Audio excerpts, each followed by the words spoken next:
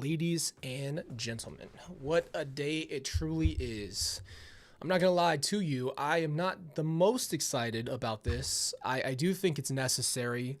I think sometimes you have to ground people again. I think we need to remember the reality of this situation, and these victim impact statements do that very, very clearly.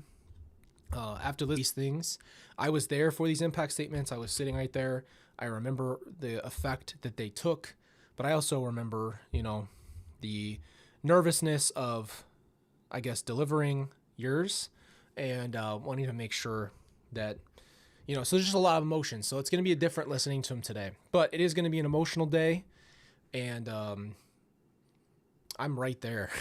The stupid. I had just shaved my own head or something like that because I had no hair. Anyway, what is going on, everybody? Good to see you. I just want to say again, thank you. I'm so grateful for our community. Thank you for pivoting with me. Yesterday just kind of got crazy, and our community matters so much to me. So I just want to make sure we're together and going through this stuff. So this is it. This is the end of this trial, and I'd love to be able to move forward with a bigger and better perspective too. So we're gonna get started. I'm gonna move the captions up for you, and this is going to be Kay is going first. So I'm actually just gonna follow the East Idaho News playlist exactly. So we're gonna follow it just one after another of all the pieces of the thumbnail you guys saw. So it's everybody. Woodcock, we know you've already testified in this case, but can you remind the jury which victim you were related to? I am related to J Vallow. He was my grandson, and Colby Ryan is my stepniece. Thank you. Did you prepare a statement, a victim impact statement today? Yes. Will you please read that for the jury? Sure. Right. Today is an incredibly difficult and bittersweet day. I am filled with pride as I remember and speak about what an amazing grandson we had, and grief-stricken at speaking about how devastated I am at his loss. I sit here today, try and explain the immense pain that me and everyone in my family continues to endure daily. But how do I do that? What words carry the strength and impact to really ensure you feel the joy and love that JJ created and the impact of his death? There aren't any. No words can truly describe and fully demonstrate the depth of pain his death has created in our hearts and our lives. The loss of a grandchild is immensely painful under normal circumstances for any grandparent. The death of a grandchild at the hands of another brings pain that is indescribable. If you remember, JJ was born with the name Kanan Todd Trahan. He was born May 25th, 2012. He would have celebrated his 12th birthday just a few short days ago. I will call him Kanan while I talk about his first year of life because that is who he was then. He was born a fighter, 10 weeks premature, weighing in at a tiny but mighty 2 pounds and 14 ounces. From minutes of being born, he was transferred to a hospital with a neonatal intensive care unit where he spent weeks fighting to grow. He was about 2 hours old when I saw him for the first time. Seeing him, I knew he was my grandson. He was the mirror image of my son, Todd, his biological father. Todd has always loved him and always will. Kanan's death has changed his life forever. While he was in the NICU, I was only able to see him for a few minutes at a time until I was notified he would be released to us within days. 25 years since I had a new baby at home and never a preemie with all their special needs. Larry and I didn't hesitate immediately. We said yes. The only place we wanted him to be was home with us. The night before he was discharged, I spent the night in a little room next to the NICU, talking to nurses, learning things that our little preemie grandbaby would need. The next day, it was time to leave. The nurse brought a wheelchair in and said, "Have a seat. We'll get you out of here."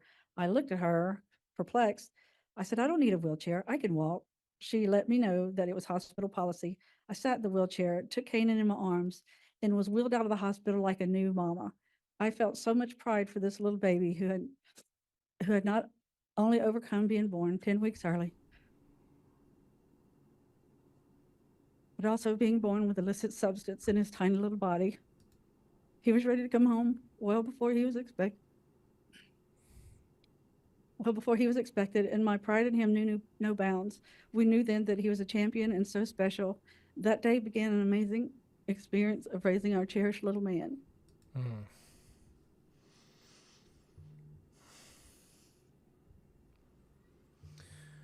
Okay. While Kanan had been in the NICU, he spent much time hooked up to machines and monitors that he didn't get to get snuggled all day, every day, Oh, and thank you, Terry, for that. like a typical newborn. The noises and routines of the NICU were gone, and it was such a huge change for him. His first night home, I bathed him. He cried so hard, and I cried along with him. My heart was so heavy with the disadvantages he was experiencing through no choice of his own. My husband, Larry, who is Pawpaw, asked me to give Canaan to him. He placed Canaan on his bare chest and wrapped his robe around him, gently breathing on his head until he stopped crying and fell asleep. It became a daily occurrence, part of our routine. He would hold him for hours so Canaan would feel loved, comforted, and secure. I saw my husband in a new light, seeing what type of daddy he was to a newborn. It was like Canaan made us young newlyweds. Larry jumped in, feet first, and did all the things a new father should and more. It made our relationship grow and gave us new strength. Canaan was our strength, and we were his comfort. His first 6 months, we went to countless doctor appointments for his host of medical problems. We went to appointments with doctors for his heart, kidney, urology problems, speech, occupational therapists, and regular pediatricians for the things that every baby does. We were always on the move, going from one doctor to another, constantly working to ensure he thrived and grew. That, along with loving him, was our number one priority. At each appointment, it was pretty much guaranteed I would cry. It hurt so badly to see everything he was experiencing, not only from being born prematurely with drugs in his system. The decision was made to place Canaan with Charles and Lori after they approached us with their desire to have a child of their own. We agonized over the decision, but knew from our past interactions with them that it was the right one. Charles and Lori were granted custody a few short months later. It was then Canaan became JJ.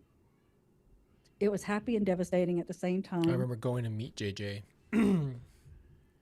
I went and met JJ in Louisiana, and I remember the whole conversation of our family talking about adopting a baby, you know, and just it was very foreign, and I was upset with my parents, and I didn't even know why. I was just like, what are you thinking? Why would you have a baby? Why would you bring a baby into our home when we're all older? It was just a, 16, 17-year-old douchebag. But, it was definitely, I remember meeting him, and I remember we took a picture in front of the Christmas tree. We loved raising him. We gave all our love and energy, ensuring he grew, thrived, and knew what unconditional love. That time was priceless, and his growth and milestones were evidence of our love for him. But we knew this was the best decision for his future, to have siblings and access to the types of schools and services we didn't have available in Lake Charles. When he left, I felt a grief that could only be compared to the grief of losing someone to death, which is now a feeling we all know too well. We barely made it 30 days before we were standing on Charles's steps, ready to love on our baby. When the door opened, there he was in his little baby walker. I saw tears in his eyes at seeing us, right along with the huge toothless grin.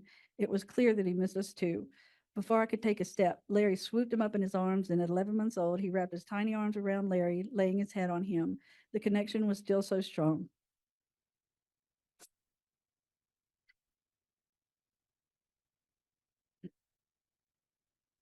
We never lost that special connection with our sweet little man, and we were always his love, comfort, and safety.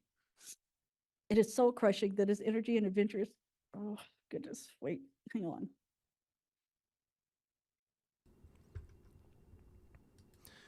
I also just want to put into perspective for people when you're giving an impact statement, you're reading it in front of one of the people that murdered your loved one. So if there's just a different kind of weight, no matter how much you've thought about it or said it or wrote it, it's just different to deliver it in front of the person and in front of other people, obviously. I made it a few months before I had to get to my JJ. So in November of 2014, I made my first trip to Hawaii, quickly returning once again in December with Larry. We would visit about every 4 to 5 months because it was such a long trip to Hawaii from Louisiana.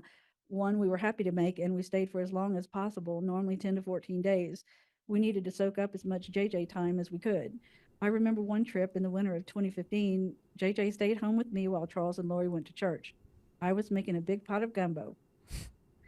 Nothing better than that gumbo. I told you guys, when Kay would come to town, she'd make The best food. Oh my gosh. Oh my gosh. And she would make such a quantity.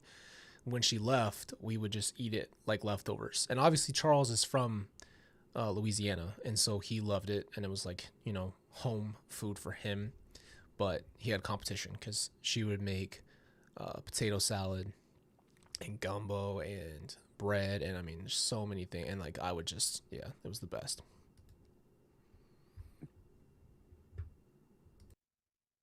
I had to bring a little bit of Louisiana to Charles, and JJ was excited to help me. We pulled up a stool and he poured in ingredient after ingredient. Can still see him standing next to me, intently pouring chicken broth in the pot. Afterwards, he climbed on the counter and just watched, taking it all in. It is a memory that I will always cherish and dearly hold on to. During our visits, Charles or Lori would comment on how JJ would do things with us that were a stark contrast for them. He always awoke at the crack of dawn, never sleeping any later. When visiting, we would have JJ sleep with us. He would sleep until 9 or 10 o'clock, which astonished them. There was never a doubt. He had an innate and unbroken attachment to us. Each visit, no matter where they lived, Lori always expressed her deep appreciation that we gave them the greatest gift ever. That is just one part of why this causes so much pain. It is a betrayal that can't be explained. JJ was incredibly smart. He was reading on a middle school level by the time he was 4. I remember being in a store with him on the aisle with eye drops, and there he was reading off the labels: Visine, Cysteine, antihistamine, one long word after another. I hadn't seen him do that before, and I was blown away. He was brilliant. He would occasionally stumble on a syllable, but we took the time to go through and help him figure it out. But wow, the amount of awe I was in still makes me smile and feel the same pride I did that day. As he got a little older, he was enrolled in a private academy in Arizona, which focused on every aspect of educating and empowering children like JJ. He loved his school and they loved him. Mm-hmm. It was there where it was discovered another level of brilliance JJ possessed. I remember when Charles told us he was a math savant, he could calculate anything. I continually wonder what he would have become, what type of man would he have become. Not only was JJ smart, but he was also fun, a very contented child, healthy, compassionate, and empathetic. JJ didn't show his empathy and compassion with hugs and kisses. In fact, you had to chase him down for those kisses. Instead, he showed his empathy and compassion with gentle touches and soft tones when he spoke. He would constantly stop to ask people if they were okay, if he could see they were hurt. His world was fascinating and exciting due to his huge imagination. He would put on concerts for his stuffed animals under our enormous tree, playing the drums on buckets, pots, and pans. The joy he exuded and shared can't be measured. I loved watching him, taking him in, and seeing how he approached the world. I never got enough of him. Now I've had all I will for the rest of my life and only have memories. When Charles and Lori married, Tylee was 3 years old. She was the most precious, blonde-haired, blue-eyed little girl. Tylee was an absolute mama's girl, which there was never a doubt. I was thrilled to have a new niece, especially one as sweet as her. Larry and I were driving to Austin, Texas to visit them on one of many visits, and we passed a roadside stand selling swings made from old tires.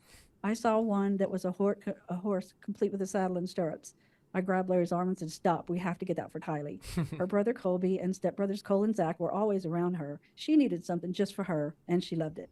She did. Tylee was 9 years old. We put that out there in the front, and then she'd use it a lot. And then I didn't know Kay and Larry got that. I don't know why. That's hitting me now. But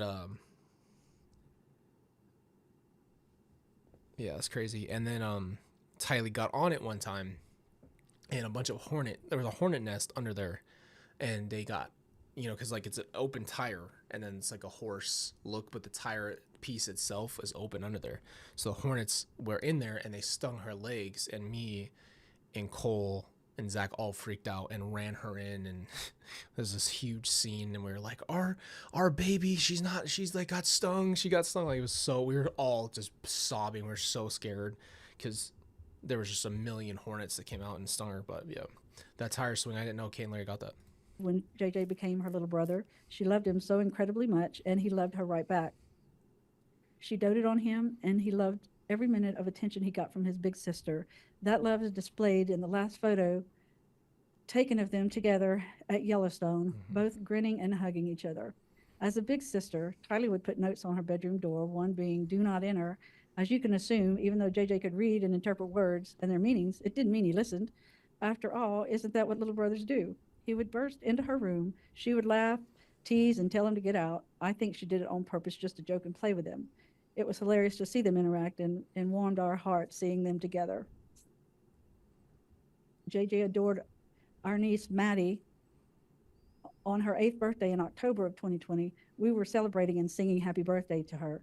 The glow of the candles shining on her face, the huge grin that kids get during the singing hit me like a truck. I took the keys from Larry and went to the car and just bawled until I could compose myself enough to rejoin the party. It was the moment I knew that JJ didn't get his 8th birthday song, and it broke me. Oof. Yeah, fuck, dude, it's just so hard. Like, there's just these moments that just hit you like you can't, and it's out of nowhere. You just don't have any way to stop it. That happens to me in random times too, you know, and I just like, I feel what she's saying so deeply. I just feel it. It was just so wrong. He didn't get to have that joy and feeling of love and celebration of his birthday. It is now a grief that we are confronted with yearly, a stark and blaring reminder that we are never going to be able to celebrate that joy with him again. We never know when one of those moments will hit, but I can tell you there have been too many situations in the past few years where we were slammed with the fact that JJ won't hit another milestone. JJ loved school, loved his families, friends, and cousins, especially his cousin Braxy, Brandon Boudreaux's oldest son. Those two had such a special bond and love for each other. There were so many lives he touched that feel the immense pain and loss of him being gone. 4 of our grandchildren, near JJ's age, often tell us how they love and miss him. It is heartbreaking to have a conversation with an 11 or 12-year-old. How do you make them feel okay about it or safe? So yes, this is our life now, trying to comfort our other grandchildren while they try to comfort us. The constant question remains, who would he have become? What kind of man would he have been? Would he be a famous scientist with incredible math skills? Would he be what would his amazing imagination have bloomed into? Mm-hmm. Would he have been the next Albert Einstein, Steve Jobs, Tim Burton, Elon Musk? We will never know. But we do know how incredibly special he was to us and now to countless others just by looking around this room. I can't express just how much I wish I could have more time to create memories with him and with Charles.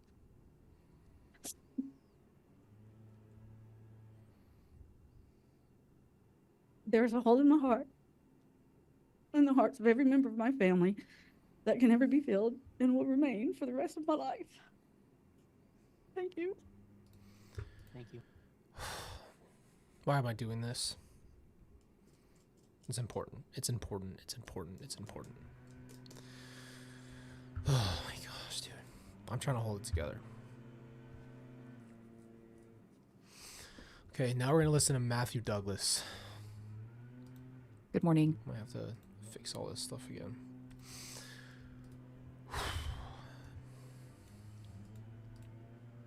Morning. Can you please state your full name and then spell your last name? It's Matthew Ronald Douglas, Douglas. Thank you. And if you wouldn't mind, would you pull your microphone up just a little bit? Thank you Okay. very much. Would you tell the jury who you're here to talk about today? I'm here to talk about my sister Tammy. Thank you. Did you prepare a statement? Yes, I did. Would you please read that statement at this time?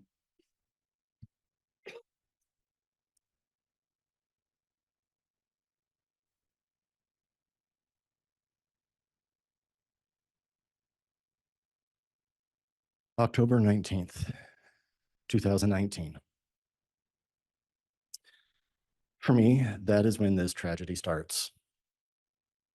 But it is by no means its actual beginning.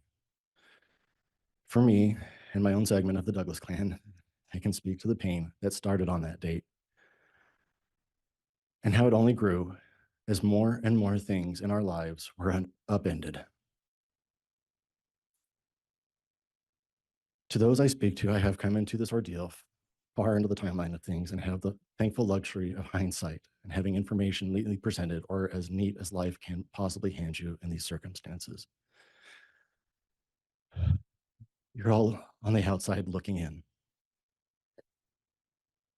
For those of us directly affected,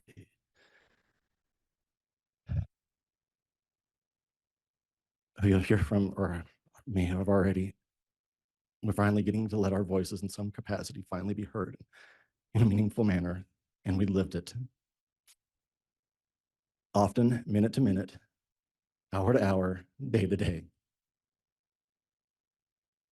For my little family, which for a family of 10, I'm, oh my kidding, it's not little. And especially for me,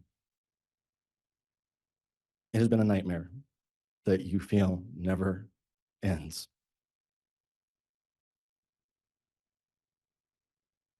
A continual cascading escalation of what's next.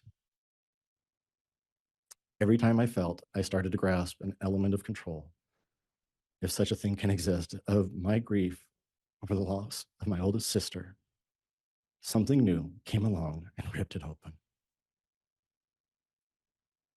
Hearing from your siblings that your brother-in-law has remarried and kept it from your family weeks after the fact. That's painful. Hearing the day after our family Christmas party, the first without her, that her body had been exhumed, and at the time not knowing the depth of why. That is gut-wrenching.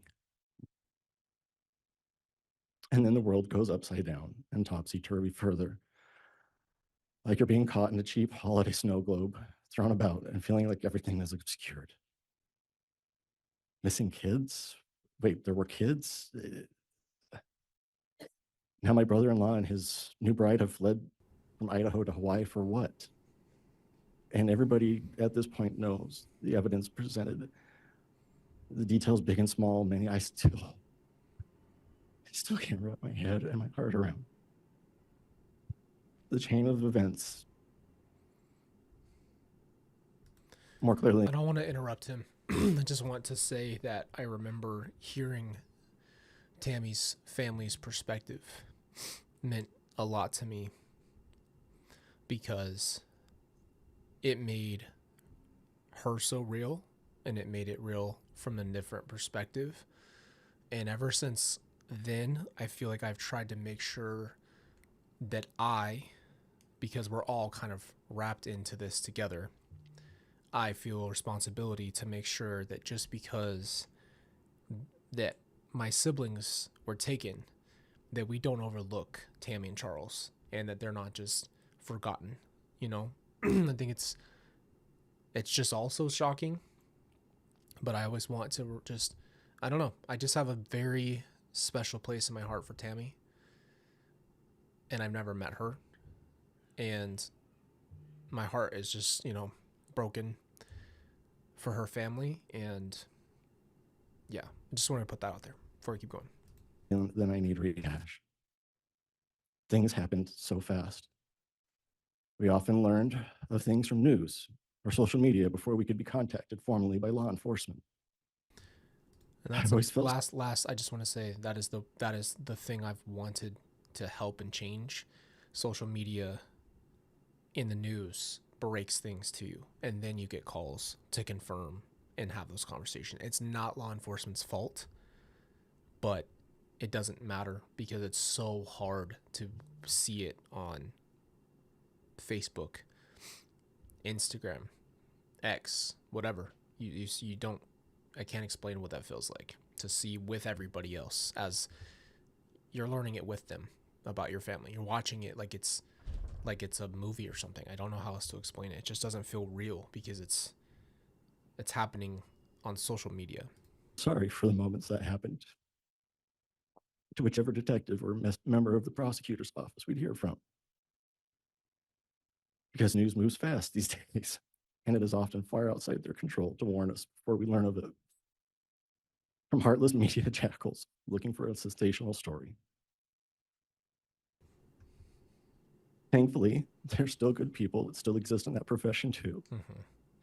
And as unorthodox as it may seem to find a silver lining and small blessings for, it is kind-hearted, truth-seeking journalists who didn't blindside us and the victims' families or think we were just a quick quote to misuse to their ends.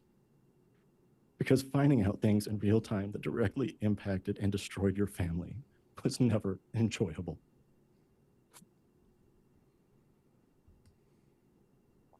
finding out how much deeper the rabbit hole went in this with no consideration for our pain and the continued impact on us all. I don't wish that on anyone.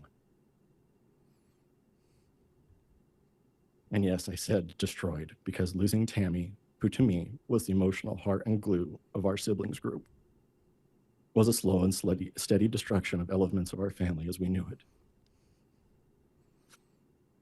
Mom was so heartbroken that it only seemed to accelerate and compound her chronic health issues, especially. Kathy says, one of the most disturbing aspects of this is realizing the vast reach of their actions and how much pain they inflicted without blinking. I'm so sorry, Colby and Kelsee, that you had to endure this. Thank you, Kathy. Yeah, and this is why we're doing this.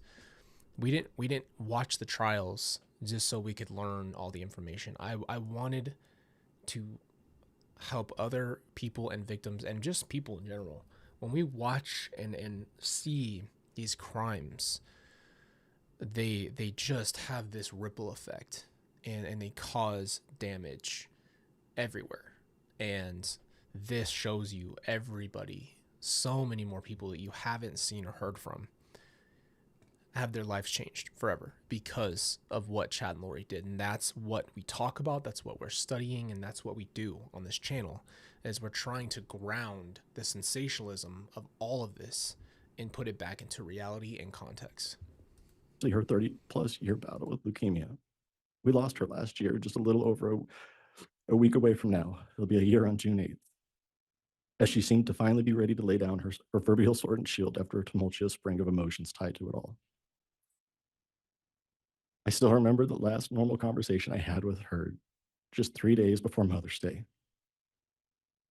when she went into the hospital for the last time and then was sent home on palliative hospice care until she passed.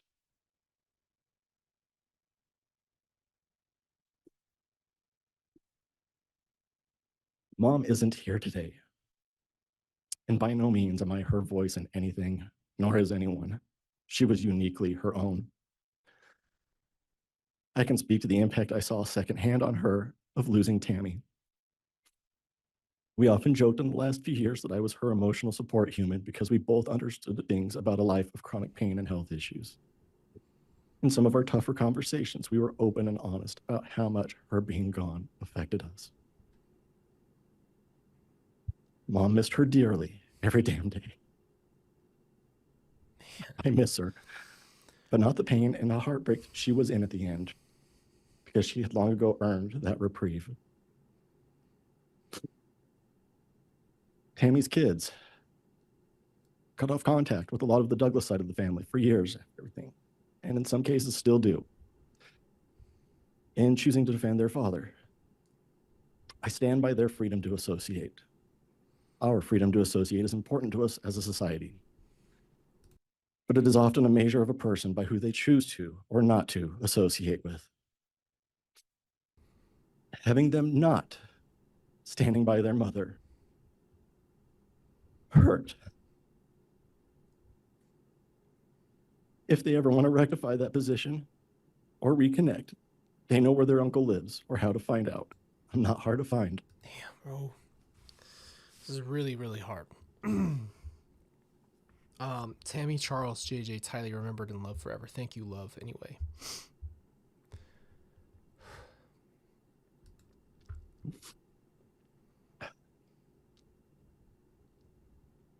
Family ties were broken. To put it simply, the loss of Tammy revealed true natures and behaviors of family that perhaps previously were dismissed, hidden, or ignored blatantly. This isn't a place of grievances, but to explain the impact losing your sibling's heart and glue has. When masks come off and people are so true and real to themselves, for better or worse, that some recognize that things are healthy and it's time to fix that. It's painful creating boundaries with people in your life. Yet you're really raised to believe you should fight like hell to protect and love dearly. But it's also healing, at least on the outside of the boundary, but things will never be the same. And Tylee and JJ, two kids I never knew existed prior to all of this. and to whom me and my family are now forever tied in tragedy to.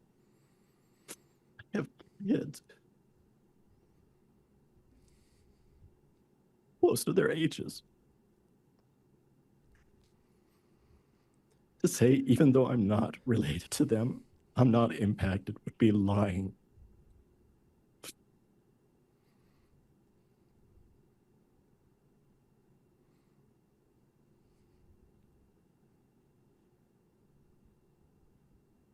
Larry and Kay and all of your family, for me and mine, our hearts have hurt with you.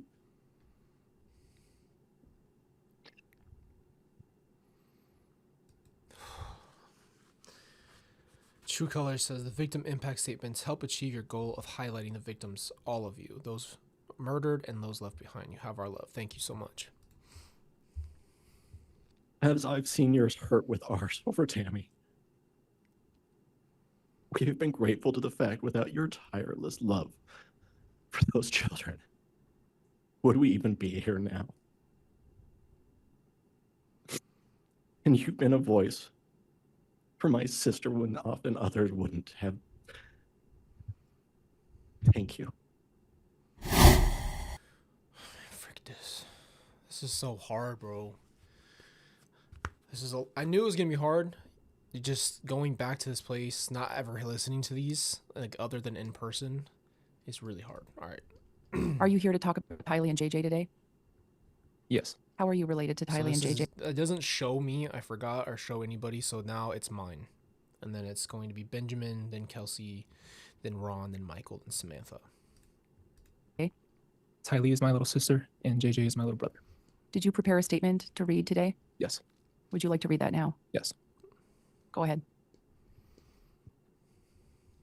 Oops.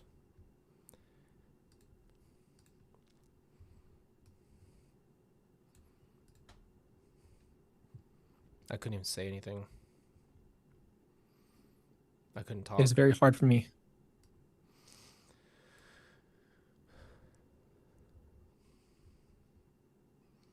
Very hard for me to put into words what it means to have lost my entire family.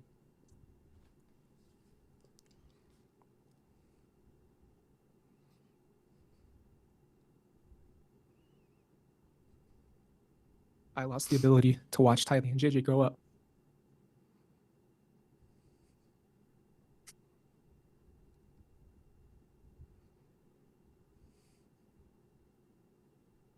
I lost my relationship with my little brother, which took years to build.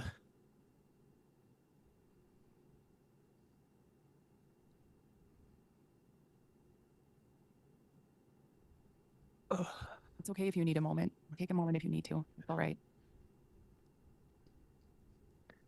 It took years to build to even have him be able to look us in the eyes. I lost the ability. Sorry. Sit with my little sister and talk and share our lives. So in short, I lost everything I've ever known. I lost the ability to share my children with them, or have my children have the privilege to know them and be loved by them. My 3 kids will never know the kindness of Tyler's heart.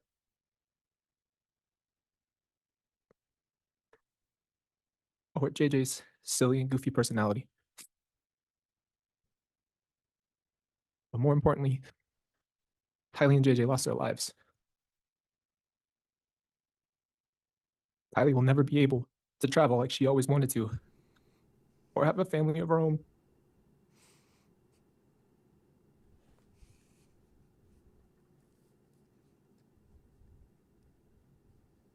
Or find herself in this world. JJ will never be able to spread his love or his light around the world the way he used to. The only way I could describe the impact of their lives being lost is like a nuclear bomb dropping. Tylee will never be able to share her gifts with the world, or have all the people who love her get to hear her incredible laugh. Sorry. JJ will never get to grow up. And share his one-of-a-kind personality with the world. And everyone who's lost him feels the void.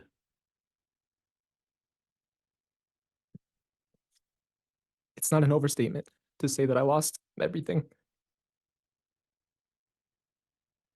But more importantly, we all lost Tylee and JJ.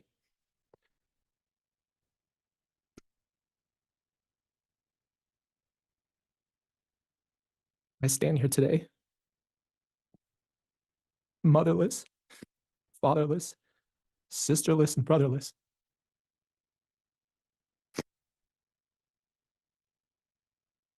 The only course forward is to trust in Christ, knowing that he has them in his arms, and wait for the day that we all meet again.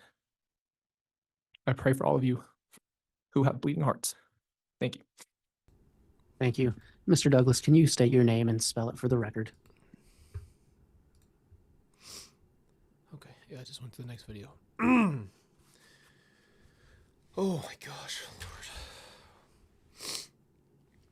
This is way harder than I thought it was going to be. Way harder than I thought it was going to be.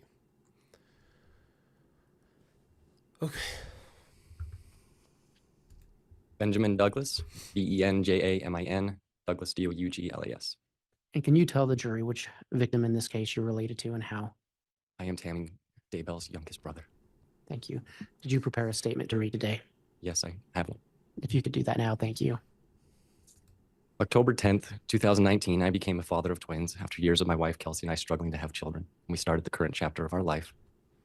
Just 9 days later, on Saturday, October 19th, 2019, exhausted as a parent to newborn twins is, I received a phone call from my sister Samantha informing that our sister Tammy had passed away overnight. I was in shock and physically unable to move out of that bed for hours after, sobbing and wondering why this had. I had seen her just a few weeks previous when she stopped by our home alongside my parents, bringing gifts for the twins and excitedly saying that she had been hoping they'd show up in time for her visit.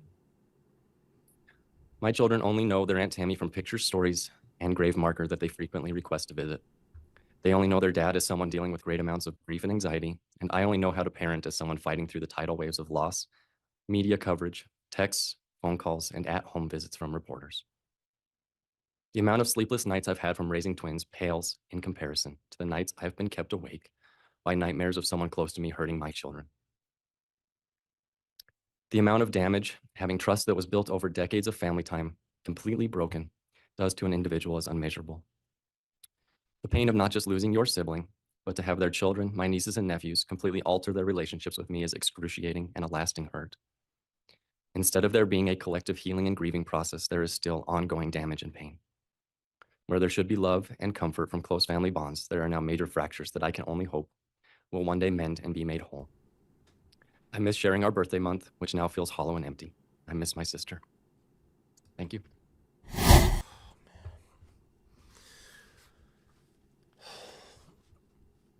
I'm just going to say something that I've not said. I am very disappointed and hurt that no one showed up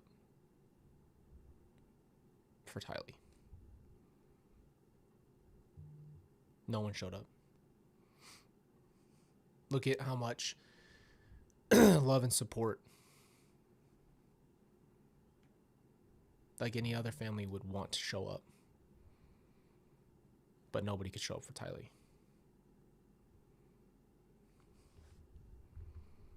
I don't know. Okay. We have a few more. Something that I can never reconcile. That is the impact on them. An impact that will echo through their lives.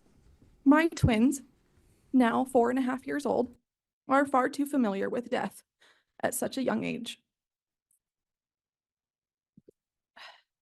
Our once strong and joyful family bonds have been bruised and broken. I have always been so grateful I married into a big, loud, close-knit family. From day one, I was Aunt Kelsee. Tammy was truly my sister, and I cherish the relationships I built with each of her children, my nieces and nephews. However, the relationships with our nieces and nephews, once filled with love and laughter, are now incredibly strained and painful. My children do not know their cousins. The joy of family gatherings, Sunday dinners at grandma's, running around the neighborhood with their cousins, all the things that made our family vibrant and united are now lost.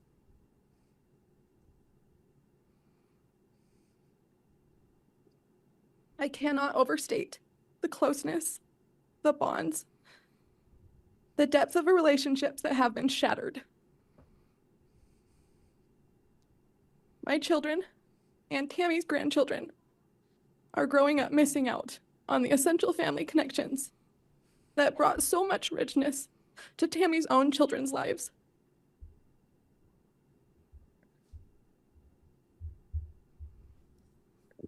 I desperately hope these relationships can be repaired.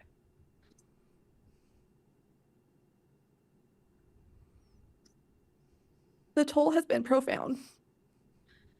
My mother-in-law passed away last year, and the strain Oh, wait, I don't have captions on. I'm sorry. from Tammy's death and the severed relationships with her grandchildren took a monumental toll on her health. She passed without fully repairing these relationships, a reality that I cannot accept. Reflecting on these past 4.5 years, every joyful moment is overshadowed. Memories are tarnished, especially those of my children's early years. That's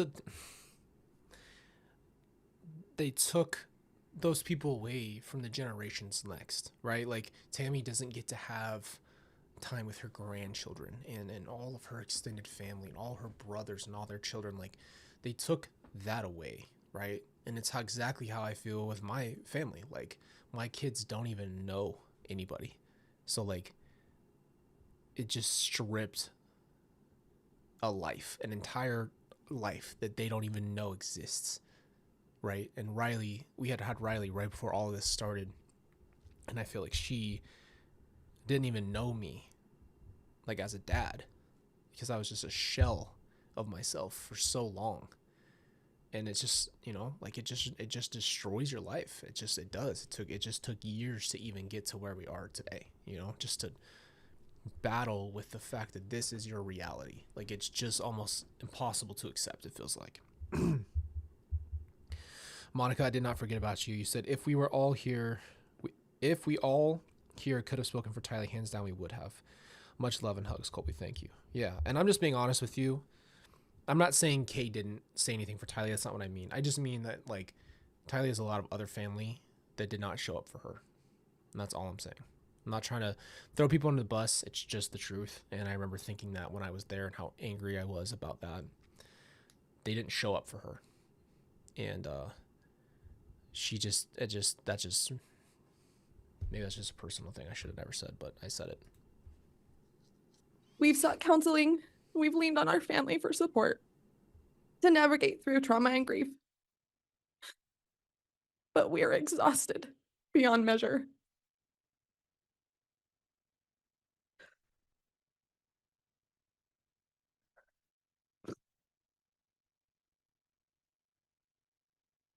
Tammy's murder is the direct cause of our suffering. Pain, fractured relationships, and unhealed wounds are all part of the aftermath. This is the legacy of anguish and sorrow that will haunt our family for generations. Thank you. I think it's gonna go Mr. next. Douglas, which victim in this matter are you related to? I am Tammy's father. Have you prepared a statement? I remember this. All of these got me. I think I was just overwhelmed. It's so overwhelming to be in that room and feel all of this pain. It's just so thick. You can feel the gravity of everything. But hearing from her dad just did something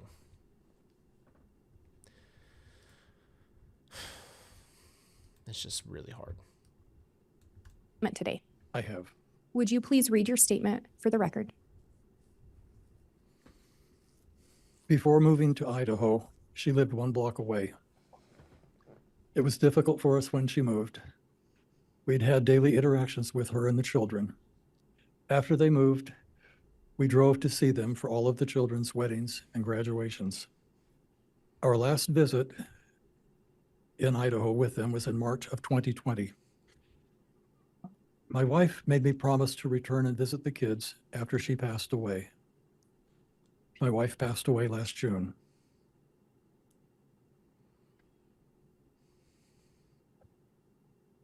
The tragedy of the case has harmed our family's relationship with the kids. I will remain open to rebuilding a relationship with them. It makes me angry, and it destroys me to know Tammy was treated how she was. I find it comforting to know that Tammy is resting peacefully in Utah, buried alone, and near her beloved mother. Thank you, Mr. Douglas.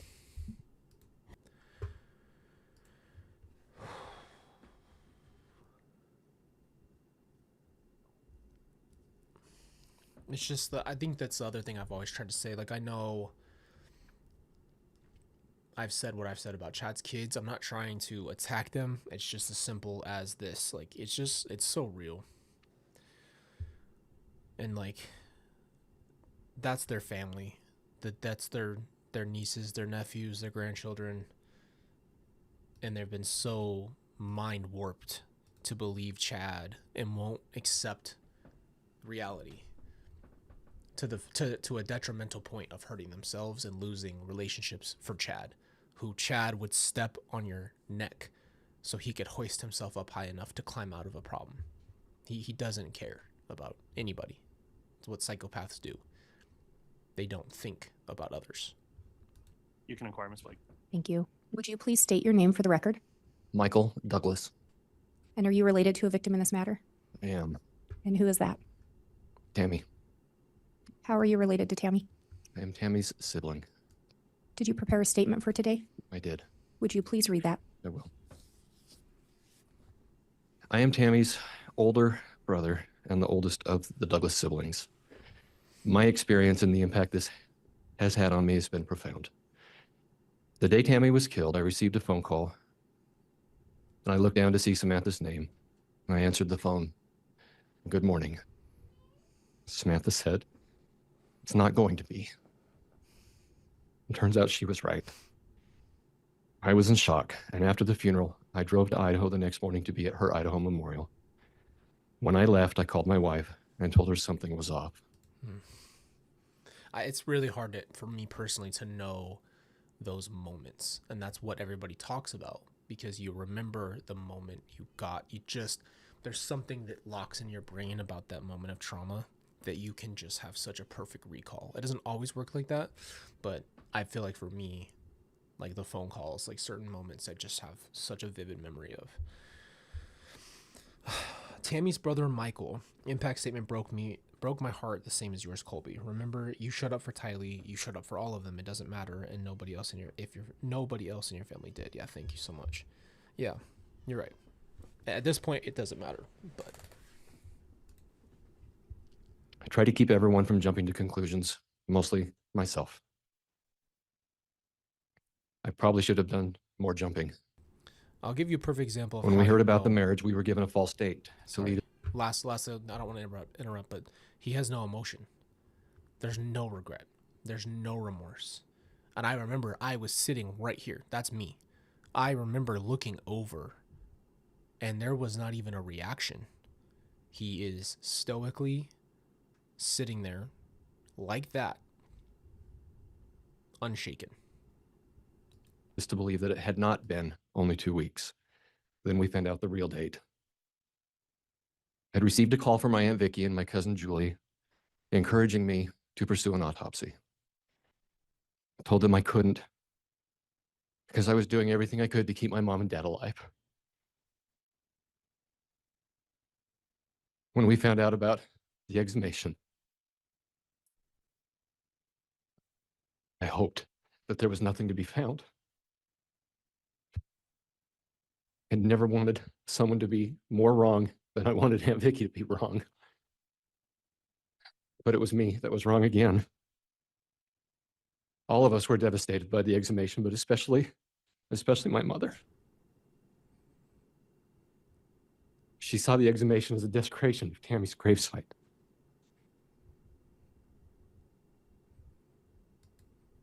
To be fair, it was. It's not the police's fault. They needed to do it, and I'm not in any way saying that it was not hurtful, and I don't ever want to sound insensitive at all. It was, though. It took away, you bury someone you love, to have them brought out of their burial to be exhumed would be shattering. Once Tammy was reinterred, my mom asked that we would meet again at the gravesite, and we did so, and held a family service. I then received a phone call from my mother indicating that there were 2 missing children. I remember where I was, what I was doing, and the exact feeling of, oh, please no. Please don't let this be so.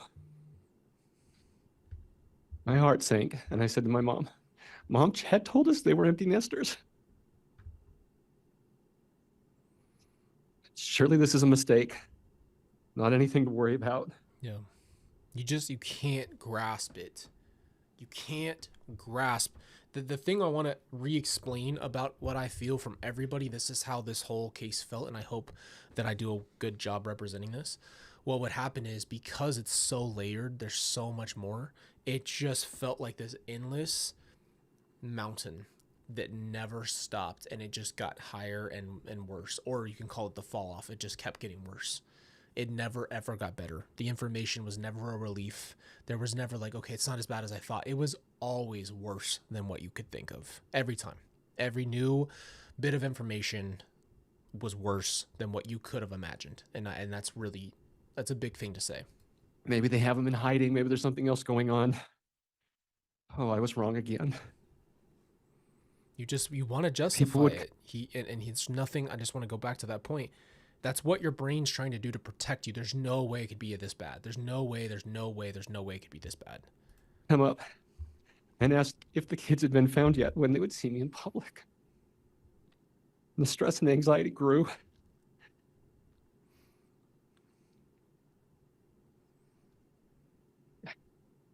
And then the day came that the children were found.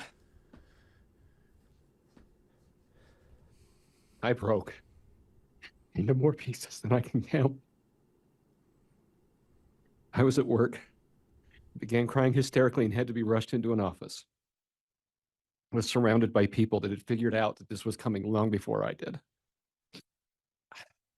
Hope was lost. I went into therapy, both talk and medicinal. My blood pressure went so high that my doctor prescribed something he'd only done 3 times previous in his long career. He was afraid I was having a stroke right there in the office and had an ambulance on standby in case I did so. When I learned of the results of the autopsy, I did not sleep for 6 weeks. The nightmare fodder that I have been provided will last me a lifetime.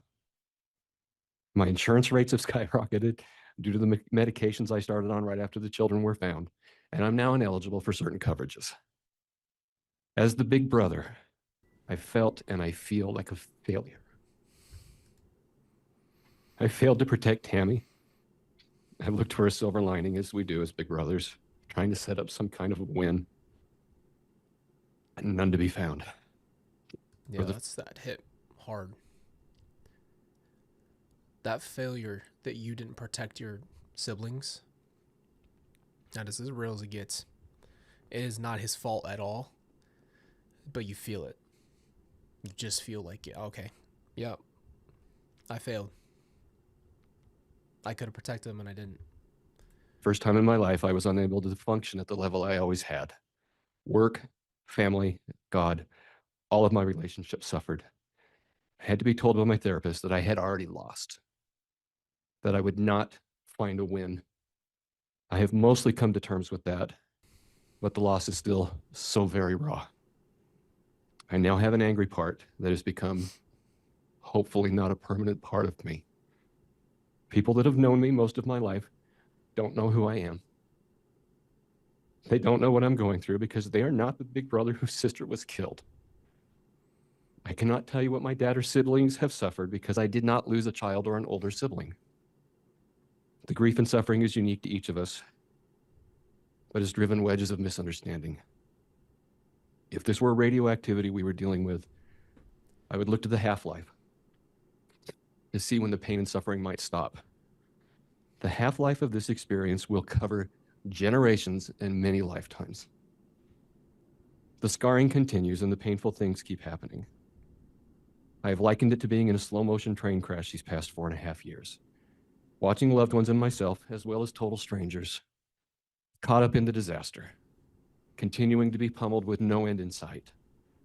Today, hopefully, that train wreck loses momentum and finally comes to a screeching halt.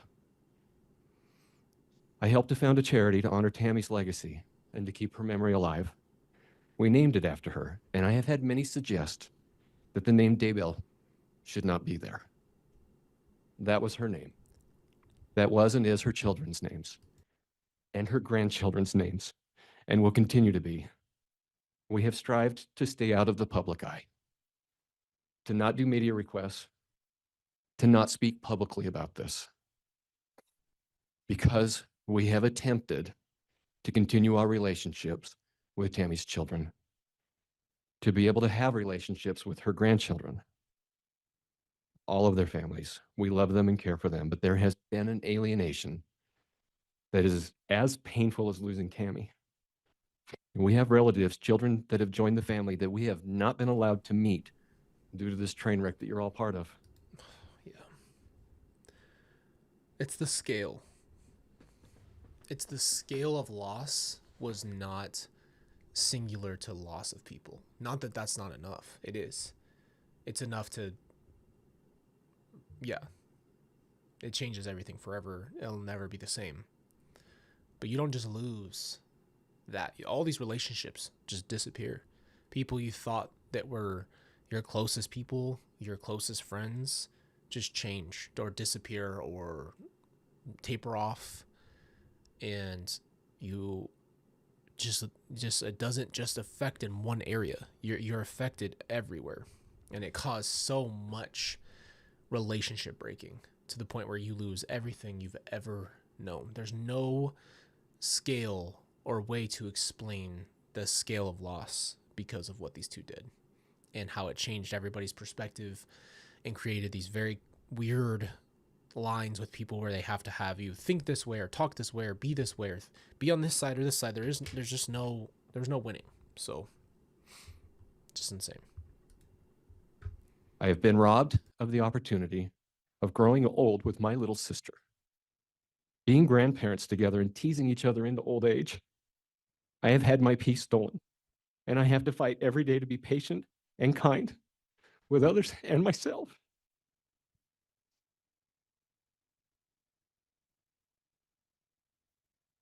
I have had some that have seen my wounds and have attempted to exploit this time of anguish for their personal gain. This train wreck has brought out much good in many, but has fostered much evil in others.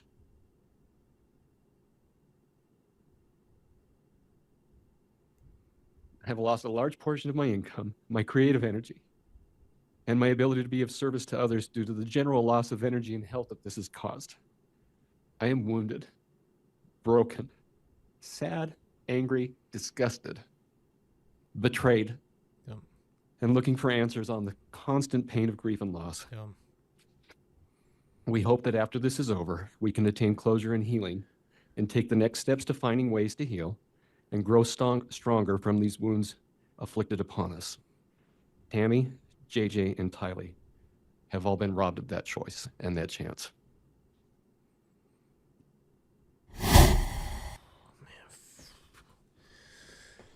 All right. I think this is one more. Go ahead, Mr. Wixom. Thank you. Ma'am, will you please This state is Tammy's sister, and then that's the last one that's on here. Spell your name for the record. Samantha Gwilliam, Gwilliam. And could you remind the jury how you're related to the victims? Tammy is my sister. Do you have a prepared statement? I do. Would you like to go ahead and read Yeah, that now? I would like to. I speak out for my sister, Tammy Daybell, because she cannot speak for herself. She is dead, and others who were supposed to stand up for her, protect her, and love her did not. From the moment I found out that she was gone, I've never felt peace. In the first few weeks, I had a gut feeling that something wasn't right and that someone had done something to her, but I didn't know why. So many questions come up as a quick funeral is arranged, no autopsy and no answers. As we find out about a quick marriage, I smell a rat. As any woman does, I search out answers and dig through whatever evidence I can find. None of it. Yeah, and that's the thing, like, I can't imagine what that'd feel like to see the marriage and see all that. Like, it's just so hard to hear everyone's different perspective. It's hard. It was reassuring or good. There's still no peace to be found. We are questioned by police about missing children. And this uneasiness I had felt about Tammy's death only intensifies. We are notified that Tammy has been exhumed. And this is my first moment of maybe now I can get the answers I seek. But with the pandemic and exhaustive testing, I don't see results for a long time. That's what people don't get. The peak of this was during COVID. Like, this happened mostly during COVID. Lori got extradited from Hawaii to Idaho in like March, and then, like, I kid you not, like a week to 2 weeks later, COVID hit and the whole world shut down. And I cannot explain what that was like to witness COVID, witness the world in the state that it was in, while Tylee and JJ are missing, and all those questions. Like, it was just, I don't have the words or context for it. I really don't. My family sits in a limbo of not knowing why or what happened. In the meantime, there's a large investigation, many more questions. We are hounded by news reporters through phone calls, texts, emails, social media, and even with surprise visits at our front door. They just show up. Still no peace. I am asked about a pet cemetery. And a few days later, I watch with the world as the bodies of two precious missing children are found on the same property where my sister died. I retched and sobbed over learning about JJ and Tylee. 2 more victims, and no peace to be found for anyone. When we finally get the long-awaited autopsy results, our worst fears are confirmed, and we know that she was murdered. We have spent almost 5 years waiting for there to be peace. My sister, Tammy, was my best friend. Before she moved to Idaho, we talked to each other almost every day, or saw each other almost every day. Her first year there was a hard adjustment, but she made a place for herself there and was a great member of her community. Tammy was a force for good at her school, influencing children, making friendships with others, and being a person you could count on. Pardon me.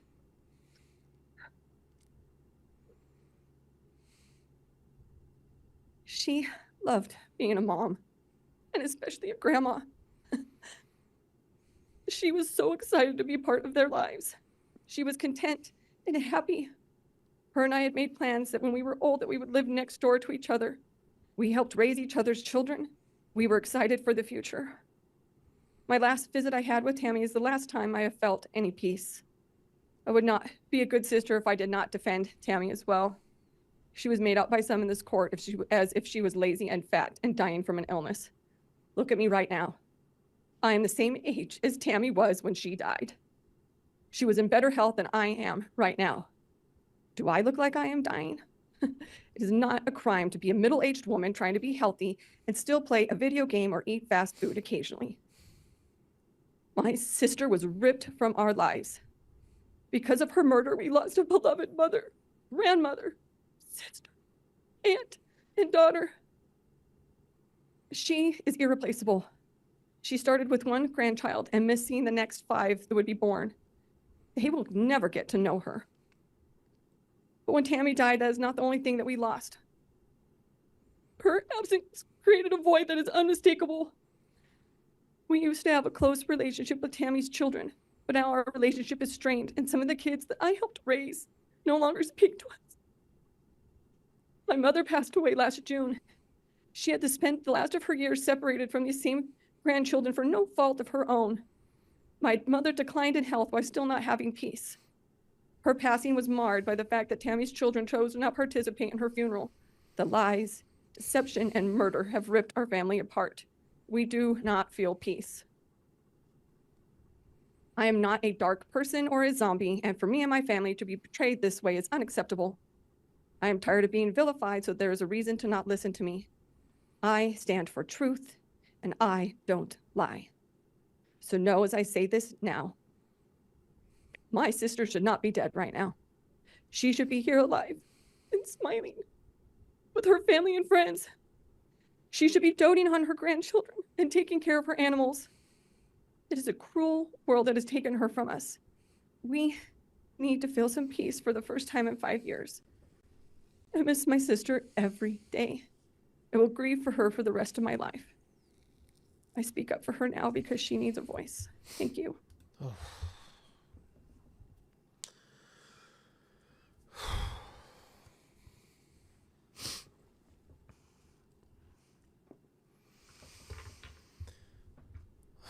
Lord God.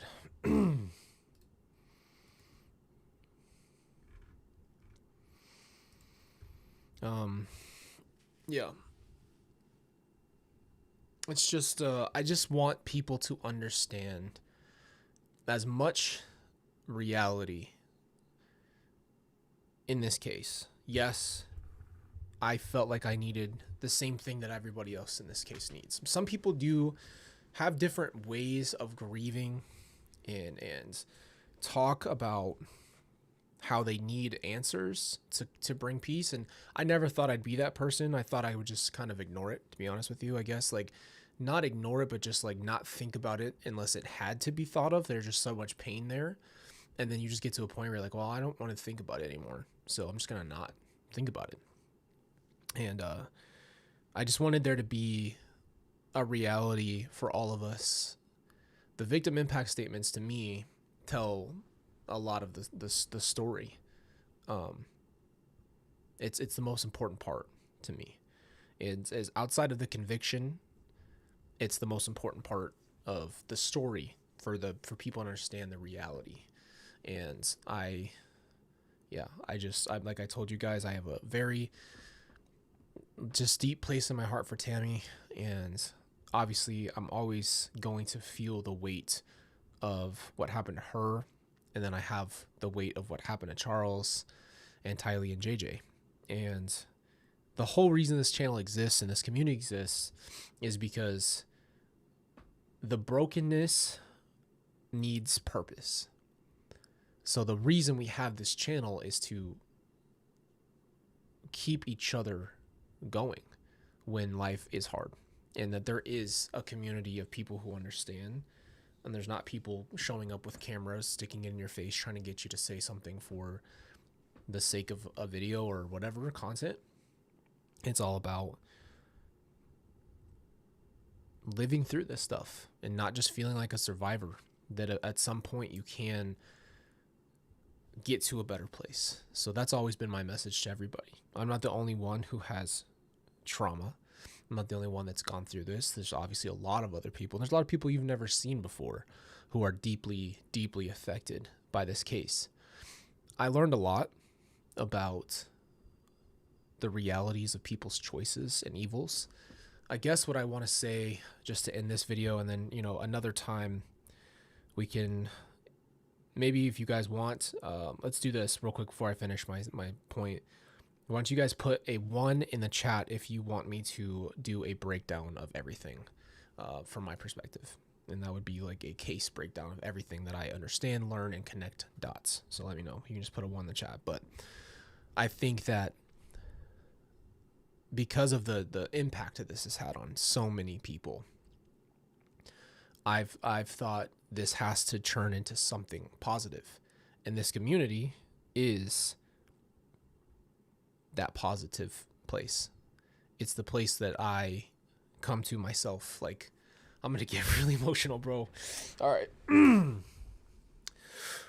Let me breathe for a second. I'm going to get really emotional, okay? Just because I don't have that family. It's gone. And I don't have anybody else in that way. So this community is that for me. You guys have given me a place to go and talk about, kind of in the most raw of ways, talk about my life. And I do it for me so that way I can try to help you in anything you're going through. And I don't know, man. I cannot thank you guys enough for this community. I'm grateful every day that I have this. This is more important to me than you know. And yeah, just thank you guys. Thank you guys for being here.